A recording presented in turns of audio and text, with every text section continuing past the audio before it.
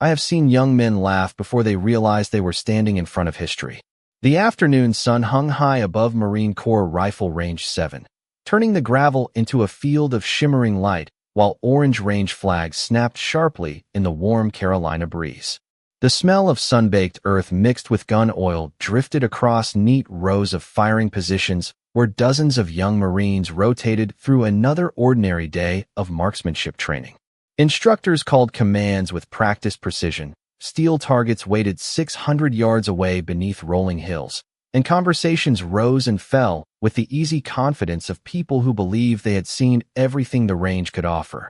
Then an elderly man quietly walked through the entrance gate, and without knowing it, everyone present stepped into a story they would remember for the rest of their lives. Thomas Walker moved at an unhurried pace, carrying no equipment except an old canvas field jacket folded neatly over one arm and a faded baseball cap that had seen more summers than most of the Marines surrounding him. At 83 years old, his shoulders had narrowed with age, but his posture remained steady, and his pale blue eyes held the calm focus of someone completely comfortable in unfamiliar places. His worn leather boots pressed softly against the gravel as he approached the weapons issue counter. No medals decorated his clothes. No military insignia demanded attention. He looked like any retired grandfather visiting the base on an open training day. Behind the counter, Corporal Ethan Brooks looked up from the rifle logbook with an easy smile that carried more amusement than courtesy. At 24, Brooks had earned a reputation as one of the unit's strongest marksmen. His crisp camouflage uniform fit perfectly, his movements were quick and confident, and he had never questioned that experience belonged to the young and capable. He glanced briefly at Thomas before closing the logbook. "Can I help you, sir?" Thomas nodded politely. "Yes, I would like to borrow an M40, if one is available." For a heartbeat, the entire counter area became strangely quiet. Then laughter spread from one Marine to another until it rolled across the firing line like a wave. One lance corporal shook his head while another nudged his friend with a grin. Someone joked that the museum was probably looking for its missing display piece. Another Marine laughed loudly enough for several instructors to glance over. Brooks rested both hands on the counter and smiled wider. "You want an M40? Thomas answered simply. "Yes." Brooks tilted his head as though waiting for the punchline that never came. "You know that is a precision rifle, right?" Thomas met his eyes without changing expression. "I do." More laughter followed. A young Marine whispered that the old man probably wanted to take a picture with it. Another joked that he might need help lifting it. The comments floated through the warm air, but Thomas never reacted. Instead, his attention drifted briefly beyond the firing line toward distant pine trees whose upper branches swayed gently against the bright blue sky. He watched the movement for only a moment before returning his gaze to Brooks. The quiet confidence unsettled the corporal in a way he could not explain. Most civilians who wandered onto the range either became nervous under so many curious eyes or eagerly tried to prove themselves. This elderly visitor did neither. Brooks shrugged and leaned casually against the counter. "Tell you what," he said loudly enough for everyone nearby to hear. "We will give you one shot. If you can even get the rifle on target, maybe we will all learn something today." The Marines surrounding them laughed again, convinced the challenge was nothing more than harmless entertainment. Thomas offered the faintest smile, neither offended nor impressed. "One shot is all I need," he replied quietly, and for reasons nobody standing there could yet understand, the confidence in those 7 simple words felt older than the rifle itself. Corporal Ethan Brooks disappeared into the secured weapons rack with the relaxed confidence of someone certain the next few minutes would provide nothing more than an entertaining story for the barracks later that evening. Several Marines drifted closer, sensing that regular qualification drills had just become far more interesting. One young lance corporal quietly pulled a folded $20 bill from his pocket and joked that the old man would never make it through the firing sequence. Another laughed and accepted the wager. Around them, instructors continued supervising nearby lanes, but even they could not completely ignore the unusual scene unfolding beside the issue counter. Brooks unlocked the storage rack and carefully removed one of the older M40 rifles reserved for demonstration and familiarization. Built with a heavy walnut stock and a thick barrel, it weighed noticeably more than many of the newer precision systems the younger Marines preferred. He carried it back with both hands before placing it firmly on the wooden counter. The solid weight echoed across the quieting group. "There you go, sir," Brooks said with a playful grin. "If you can carry this, you are already doing better than some people expect." A fresh round of laughter followed. Thomas Walker stepped closer without the slightest sign of irritation.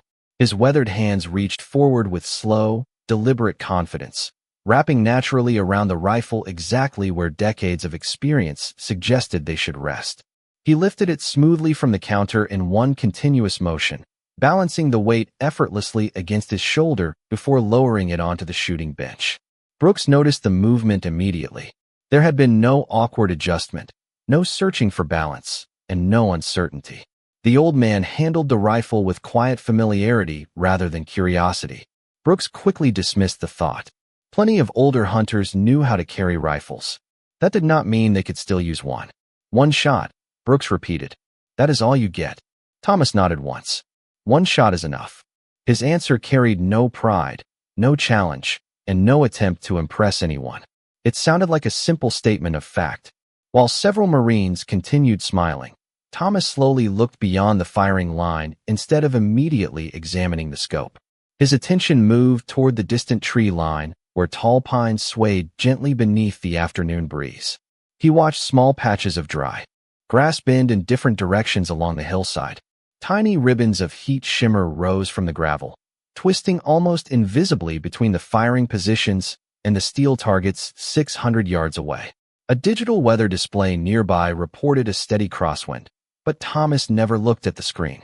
He listened instead to the soft rustling of pine needles and watched a faint swirl of dust drift across an access road before disappearing into still air.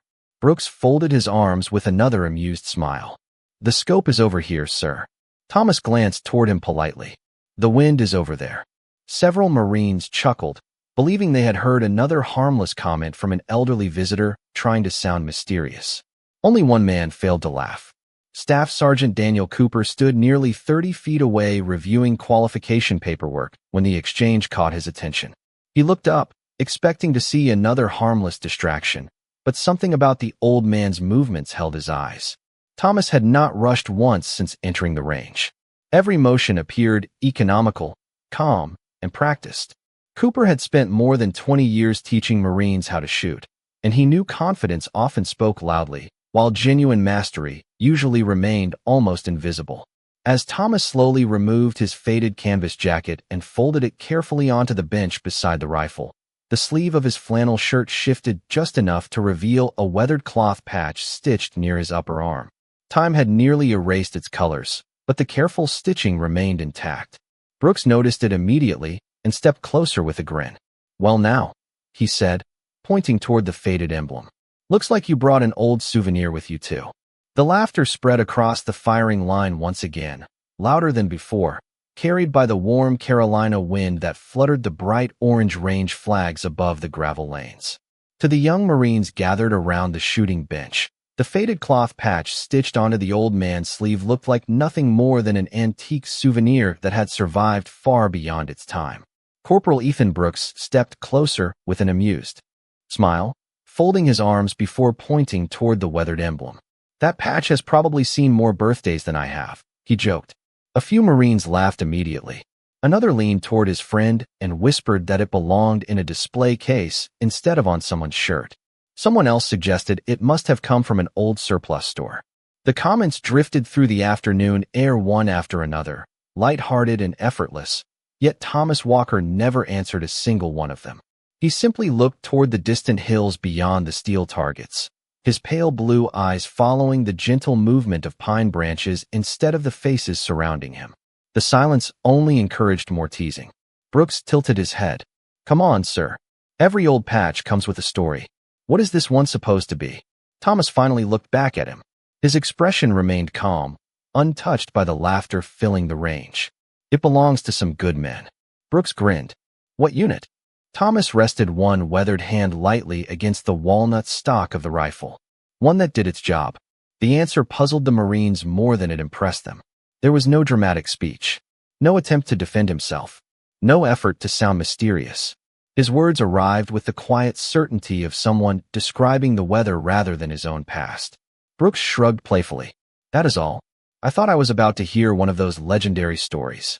Thomas offered the faintest smile.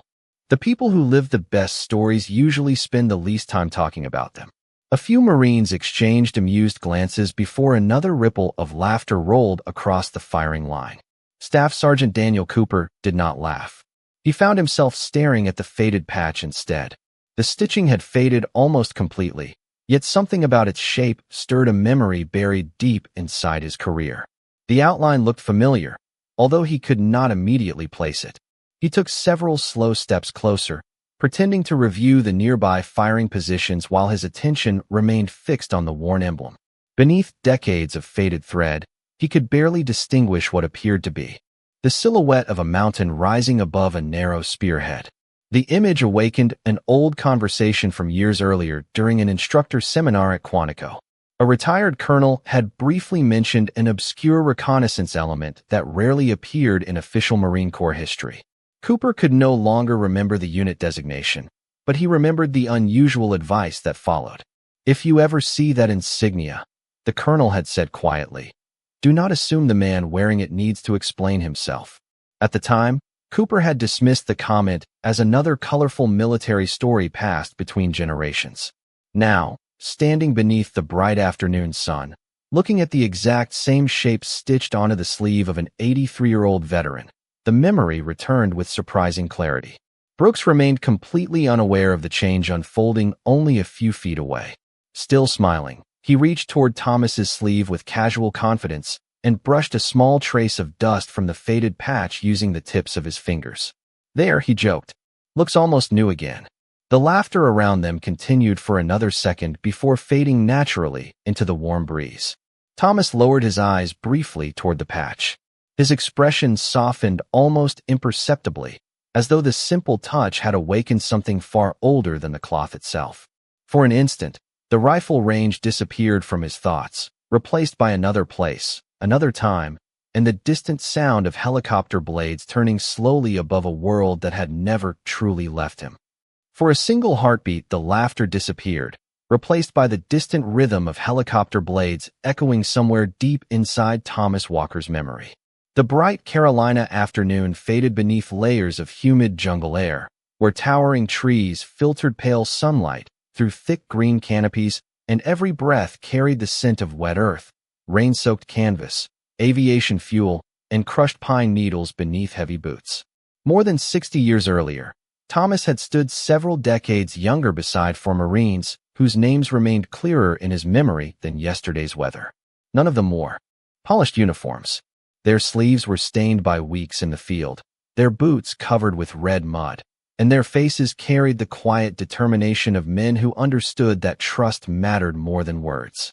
Before dawn, an aging commanding officer stepped from the shadows of a temporary operations tent carrying several folded cloth patches in both hands. No photographers stood nearby. No speeches were prepared. The only sounds came from distant rotor blades warming beneath the gray morning sky and the soft hiss of a field radio somewhere behind them. The officer looked slowly at each Marine before speaking in a calm voice. Most Marines will never know this patch exists. That is intentional. He unfolded the first insignia, revealing a simple mountain rising above a narrow spearhead stitched onto faded green cloth. There were no bright colors, no impressive symbols, and nothing that suggested glory. This patch does not represent rank, the officer continued. It represents responsibility. If another Marine recognizes it someday, you will not need to explain where you served. They will already understand enough. Thomas accepted the folded patch without asking a single question. Neither did the others. That evening, beneath the dim glow of a lantern hanging inside a rain-soaked canvas shelter, each Marine carefully stitched the insignia onto the sleeve of his field uniform using plain thread and steady hands. One of the older sergeants smiled quietly as he tied the final knot. The cloth will fade, he said. The promise behind it never will. The memory drifted gently away as another warm breeze crossed rifle range 7. Thomas blinked once, returning fully to the present. The familiar weight of the old M40 rested beside him, and the faded patch remained exactly where patient hands had sewn it decades before. Brooks looked at him with another playful grin, completely unaware that the simple touch had awakened an entire lifetime. "Still thinking of the story?" he asked lightly. Thomas met his eyes. "Just remembering good people." Brooks shrugged as though the answer confirmed every assumption he had already made. "Everyone has stories." Thomas nodded softly. "Not everyone has the chance to keep the promises they made inside them."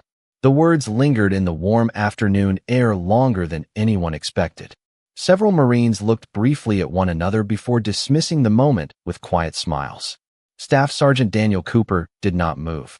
The forgotten conversation from Quantico continued echoing inside his thoughts, and with every passing second the faded mountain and spearhead seemed less like an old souvenir and more like something he should never have ignored. Without attracting attention, he stepped away from the gathering crowd, removing his phone from his pocket as he walked toward the edge of the range where the rustling pine trees softened nearby voices. He glanced back one final time. Thomas stood exactly where he had been since arriving, calm beneath the afternoon sun, while the younger Marines continued treating the encounter as harmless entertainment. Cooper unlocked his phone, selected base operations, and paused with his thumb resting above the call button. Every instinct developed during 2 decades in uniform told him the patch mattered. Perhaps not to everyone standing on the firing line, but certainly to someone higher up the chain of command. He pressed the screen, lifted the phone to his ear, and waited quietly as the first ring echoed through the speaker, unaware that a single description of one faded cloth patch was about to set an entire command structure into motion. Staff Sergeant Daniel Cooper walked another 20 yards until the laughter from the firing line faded into the background beneath the whispering pine trees. The afternoon breeze carried the scent of warm gravel and fresh-cut grass as he raised his phone and listened to the line connect. "Base operations," a calm voice answered. "This is Sergeant Lewis." Cooper lowered his voice instinctively. "This is Staff Sergeant Daniel Cooper at Rifle Range 7. I need to verify an old unit patch." There was a brief pause. "Go ahead." Cooper glanced back toward Thomas Walker, who remained standing quietly beside the old M40, while several young Marines continued smiling and talking among themselves. Dark green background. Mountain above a narrow spearhead. Heavy fading. Original stitching. Worn by an elderly civilian named Thomas Walker. Silence filled the line for several seconds before Sergeant Lewis spoke again. "Please hold." Soft keyboard clicks replaced conversation. Cooper waited patiently, watching the range continue its ordinary routine. Brooks laughed with another Marine while pointing toward the rifle, completely unaware that events had already begun moving beyond his control. Nearly 30 seconds passed before a different voice came over the phone, older and noticeably more deliberate. "This is Chief Warrant Officer Randall Pierce. Repeat everything." Cooper carefully described both the patch and the elderly veteran wearing it. Pierce interrupted only once. "You said his name is Thomas Walker?" "Yes, sir." "Spell the last name." Cooper did so without hesitation. Another silence followed. This time it lasted much longer. Cooper heard distant conversations inside an office, a drawer opening, papers sliding across a desk, and another keyboard joining the search. Finally, Pierce returned. The confidence normally found in his voice had been replaced by something quieter. "Staff Sergeant, is Mr. Walker still on your range?" "Yes, sir." "Has anyone questioned him?" Cooper looked toward Brooks, who was still smiling while speaking with several younger Marines. "Nothing beyond casual conversation." "Good." Pierce paused again before continuing. "Do not ask him about the patch. Do not remove him from the range. Treat him with complete professional courtesy." Cooper frowned slightly. "Understood, sir." Pierce lowered his own voice. "I am forwarding this directly to Headquarters Command." The call ended without another explanation. Cooper stared at the phone for a moment before slipping it back into his pocket. He had expected the insignia to belong to an old reconnaissance school or perhaps a retired training program. Instead, one brief description had quietly climbed several levels of authority in less than a minute. Back at the firing line, Thomas gently adjusted the leather sling attached to the rifle, his movements slow and unhurried. He appeared completely unconcerned by the growing attention around him. Brooks walked over carrying a pair of shooting glasses. "You are going to need these," he said casually. Thomas accepted them with a grateful nod. "Thank you." There was no trace of resentment in his voice, only simple courtesy. Brooks looked almost disappointed that the old man refused to react to the teasing. Across the base, inside Headquarters Command, Chief Warrant Officer Randall Pierce hurried down a quiet hallway carrying a slim archival folder that had not been opened for years. He stopped outside a conference room where General Richard Hayes was meeting with senior officers reviewing upcoming training schedules.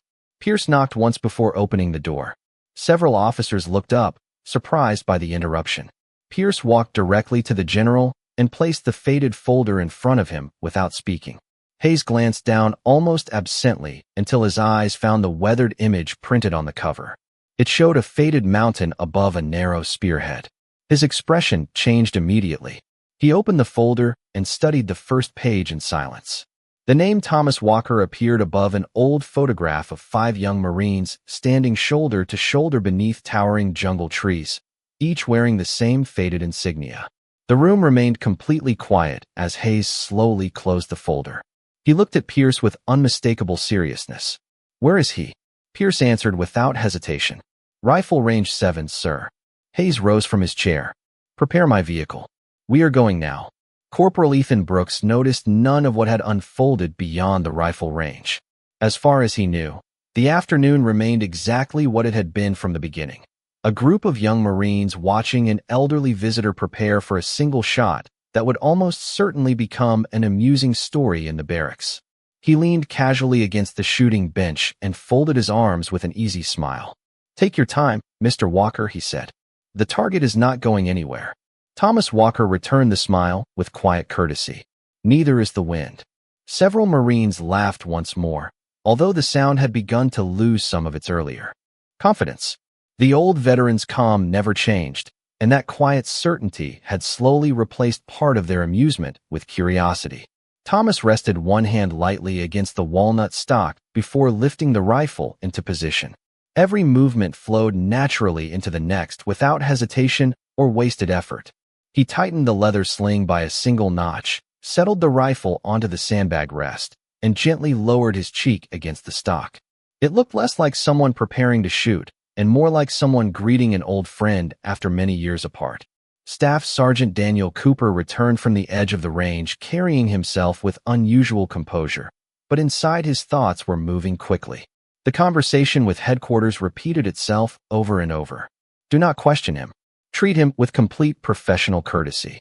Headquarters Command had not dismissed the faded patch as an old keepsake. They had reacted as though someone unexpectedly important had appeared without warning. Cooper quietly stepped beside another instructor. "Keep the line open," he said softly. "No interruptions unless there is a safety issue." The instructor frowned. "What is going on?" Cooper answered honestly. "I do not know yet." Several miles away, a black command vehicle rolled smoothly through the gates of Headquarters Command before turning toward Rifle Range 7. Military police recognized the vehicle immediately and waved it through every checkpoint without delay. Inside the rear seat, General Richard Hayes rested the old personnel folder across his lap. Sunlight flashed across its worn edges as he opened it once again. The faded photograph showed 5 young Marines standing shoulder to shoulder beneath towering jungle trees. Their uniforms were worn from field operations, but every sleeve carried the same mountain and spearhead patch that Thomas Walker still wore after all these years. Hayes studied the younger face carefully. Time had added wrinkles, silver hair, and slower steps, yet the eyes remained exactly the same. Calm, steady, unshaken. During his earliest years as a young lieutenant, Hayes had heard experienced commanders quietly mention that. Reconnaissance team with a respect normally reserved for legends. Their missions were rarely discussed outside professional circles, and many official records remained sealed. They had never sought public attention, and most Americans would never recognize a single name. Yet inside the Corps, among those who knew the history, their reputation had quietly endured for generations. Hayes closed the folder with deliberate care. "How much farther?" he asked. "Less than 5 minutes, sir," the driver replied. Hayes nodded once. "That is longer than I would like." Back at the firing line, Thomas remained completely unaware that an entire chain of command had quietly shifted because of one faded cloth patch. He never looked toward the entrance road. His attention remained fixed on the distant landscape beyond the steel targets. Instead of studying only the scope, he watched the tops of the pine trees sway gently beneath changing currents. Dry grass bent differently along the hillside than it did beside the gravel road. Heat shimmer rose unevenly from the ground, bending the distant view almost imperceptibly. Brooks noticed the old man looking away from the optic again and laughed lightly. "The scope is right in front of you," Thomas answered without lifting his eyes from the horizon. "The land tells the truth before the glass does."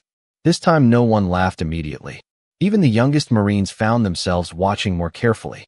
The confidence they had mistaken for stubbornness now felt strangely familiar, as though they were witnessing a skill too quiet to recognize at first glance. Then, carried softly across the afternoon air above the rustling pines, came the low sound of an approaching engine. Only Staff Sergeant Cooper turned toward the access road, already knowing exactly who was about to arrive. Thomas Walker lowered himself completely behind the old M40, and the rifle seemed to settle into place as naturally as if it had been waiting for him all along. His breathing slowed until it matched the gentle rhythm of the afternoon breeze drifting across Rifle Range 7. Around him, the steady sounds of a normal training day continued. Instructors called out lane numbers, steel targets rang in the distance from neighboring firing lines, and warm sunlight shimmered above the gravel in wavering ribbons of heat. Yet the small crowd surrounding Thomas had grown unusually quiet. Curiosity had begun replacing amusement. Corporal Ethan Brooks remained convinced the moment would end exactly as he expected. He leaned lightly against the shooting bench and smiled at the Marines gathered nearby. "Watch carefully," he joked. "This might become the longest setup in Marine Corps history." A few Marines laughed politely, but the laughter was noticeably softer than before. Something about the elderly veteran's complete absence of nervousness had changed the atmosphere. Thomas ignored every voice around him. His eyes never rushed toward the scope. Instead, they moved slowly across the landscape beyond the targets. He watched the tops of tall pine trees bend beneath one current of wind while shorter brush along the hillside leaned almost imperceptibly another way. A faint ribbon of dust crossed an old maintenance road before vanishing. Heat waves rose unevenly from the sun-baked ground, bending the distant horizon into subtle patterns invisible to most observers. Thomas quietly adjusted the rifle only a fraction of an inch before resting one finger alongside the trigger guard. Staff Sergeant Daniel Cooper remained several steps behind the firing line, but his attention was no longer focused on Thomas alone. Every few seconds he glanced toward the access road beyond the trees. The message from headquarters still echoed inside his thoughts. "General Hayes is en route." Cooper checked his watch. Less than 5 minutes had passed since ending the phone call. Yet he already sensed that everyone standing on the range was about to witness something none of them would ever forget. Across the base, the black command vehicle traveled steadily along narrow roads lined with towering pines and neatly maintained parade fields. Inside the rear seat, General Richard Hayes rested one hand on the worn personnel folder while looking silently through the window. Familiar buildings passed by, but his thoughts remained fixed on the faded photograph. Resting inside the file, he remembered hearing senior officers speak about Thomas Walker's reconnaissance team during his earliest assignments. They had never described dramatic victories or famous headlines. Instead, they spoke quietly about professionalism, discipline, and an unwavering commitment to one another. One retired commandant had once summarized their reputation with a single sentence Hayes had never forgotten. "If you are fortunate enough to meet one of them, spend more time listening than talking." Hayes looked toward the driver. "How close are we?" "About 2 minutes, sir." The general gave a small nod. "Thank you." Back at the range, Brooks glanced toward Thomas again. "Whenever you are ready." Thomas answered without looking away from the distant tree line. "The range has already been ready. I was waiting for the wind to finish speaking." This time no one laughed. Even Brooks found himself strangely unwilling to interrupt the silence that followed. The old veteran's words no longer sounded mysterious. They sounded experienced. Around the firing line, several Marines unconsciously straightened their posture. One quietly lowered the phone he had intended to use for recording. Another removed his sunglasses, wanting to see more clearly. The atmosphere had shifted without anyone issuing a command. Then, from beyond the rows of towering pines, the low hum of a powerful engine drifted steadily toward the range. Heads turned almost together as a black command vehicle appeared at the entrance gate, sunlight flashing across its windshield before it rolled slowly onto the gravel access road. Staff Sergeant Cooper immediately came to attention. Brooks frowned in confusion, recognizing the vehicle's official markings. The conversations stopped completely. Thomas remained exactly where he was behind the rifle, calm and motionless, while the vehicle continued its quiet approach toward the firing line. The black command vehicle rolled to a smooth stop beside the firing line, its tires pressing softly into the gravel before the engine fell silent. Every conversation disappeared almost instantly. Marines who had been smiling only moments earlier turned toward the vehicle with puzzled expressions. The rear door opened, and General Richard Hayes stepped onto the range beneath the bright Carolina sun. His uniform was immaculate, his pace calm, and his attention fixed on only one person. He did not pause to greet the instructors waiting nearby. He did not ask for a briefing. He walked straight past every Marine gathered around the benches, his polished boots producing the only sound across the suddenly quiet range. Staff Sergeant Daniel Cooper immediately stood at attention. Every instructor followed without hesitation. The crisp movement echoed across the gravel. Corporal Ethan Brooks quickly straightened as well, confusion replacing the confidence he had carried all afternoon. He had never seen the commanding general arrive unannounced at Rifle Range 7. General Hayes stopped several feet in front of Thomas Walker, who slowly lifted his head from behind the old M40 and rose calmly to his feet. For several silent seconds, neither man spoke. A gentle breeze moved through the tall pines beyond the targets while orange range flags fluttered overhead. The faded cloth patch remained visible on Thomas's sleeve, worn by decades of sunlight and careful use. General Hayes looked directly at it before raising his eyes to Thomas's face. Recognition settled across his expression with unmistakable certainty. He slowly removed his service cap, tucked it beneath one arm, and extended his hand. "Mr. Walker," he said quietly, "it is an honor to finally meet you." Thomas accepted the handshake with the same quiet dignity he had shown since walking onto the range. "Thank you, General." Hayes held the handshake for a brief moment before taking one respectful step backward. Then, in full view of every Marine standing on the range, he raised a precise military salute. Complete silence followed. Brooks stared without blinking. The Marines surrounding him remained perfectly still, struggling to understand what they were witnessing. Thomas looked at the general with gentle surprise before returning the salute with calm respect. When both men lowered their hands, Hayes smiled faintly. "Some of us have waited a very long time to thank the people who quietly carried responsibilities that history never fully recorded." Thomas answered with a modest shake of his head. "Many others carried them beside me." Hayes nodded. "I know." He turned toward the assembled Marines, allowing his voice to carry naturally across the firing line. "Most of you have never seen the insignia on Mr. Walker's sleeve. That is not because it lacks importance. It is because the Marines who earned it never asked to be recognized. Their service was measured by responsibility, discipline, and trust, not by public attention." Every Marine listened without moving. Brooks lowered his eyes as the memory of every careless joke returned with uncomfortable clarity. Hayes continued, "The finest traditions of this Corps were built by people whose names many Americans will never hear. Mr. Walker represents one of those generations." He turned back toward Thomas. "Sir, if you are still willing, every Marine here would consider it a privilege to watch you take your shot." Thomas glanced briefly toward the old rifle resting on the bench before smiling softly. "I would be honored."